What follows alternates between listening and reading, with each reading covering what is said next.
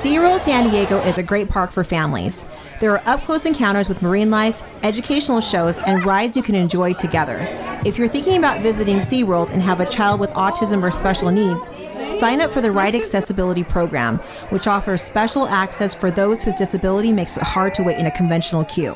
We'll show you step-by-step how to sign up and how the program helped our family. Coming up next.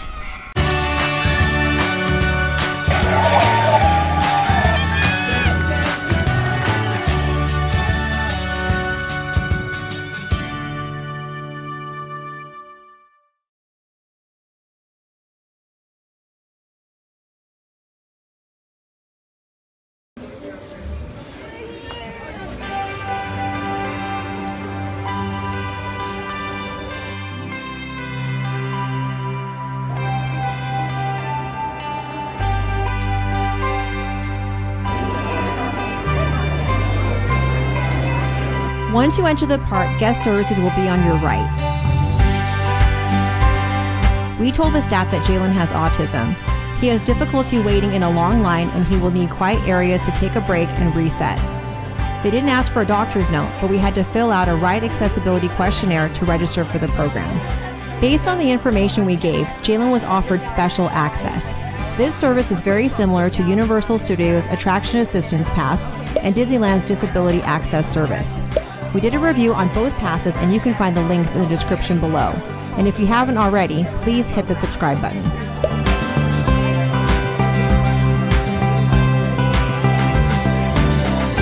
This is how it works. Once you get your wrap card, go to the regular entrance of your first attraction. If the wait time is less than 15 minutes, you'll go through quick queue or the ride exit. If it's more than 15 minutes, you'll be given a return time to come back later. The return time is equivalent to the standby wait time. You are still waiting in line like everyone else, but you don't stand in line. It's a virtual wait. You can wait at an alternate location or use that time to do other things.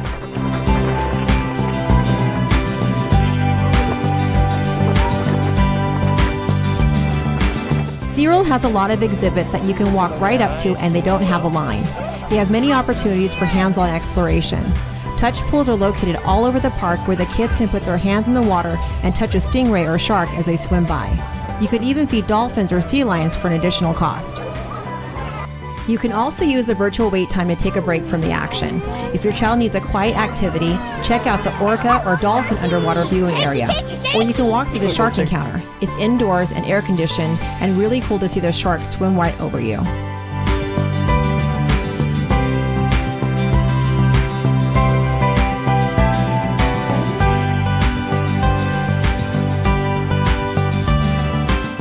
When watching a show, choose a seat at the end of the row so you can quickly exit when needed. The music is loud, it's not shaded, and it can get very crowded. If your child feels overwhelmed and needs to leave, you won't have to climb over other people while making your exit if you're on an end seat. Pay for preferred parking. SeaWorld offers preferred parking for an extra cost, but it's much closer to the front gate. The park doesn't have a tram, so if you're parked far from the entrance, you'll have to walk. It may be worth the extra cost to ensure that you don't have to walk through a busy parking lot. One issue with SeaWorld's wrap card is that you have to go to the ride's entrance to get a return time. So you have to walk to the ride with your family, get a return time, potentially leave, and come back later. This can be confusing and frustrating for your child. They really need information kiosks like they have at Disneyland. One way to alleviate this, if possible, have one member of your party obtain all return times for the attractions. That way your child only goes to the ride when it's time to board. If your child has allergies, get an allergen chef card from Guest Relations. This will make ordering food easier and safer for your child.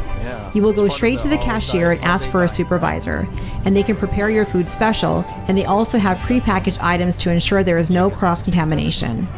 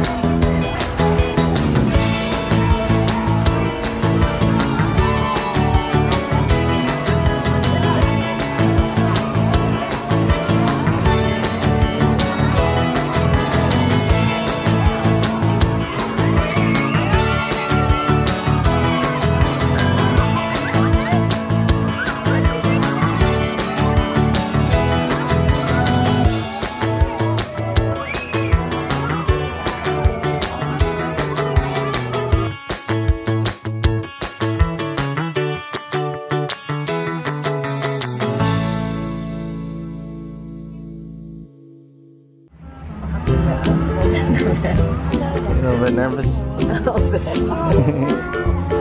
Hi, Couldn't look down, actually. Couldn't look Hi. down. Couldn't look down? No, she couldn't look down. Bad imagination.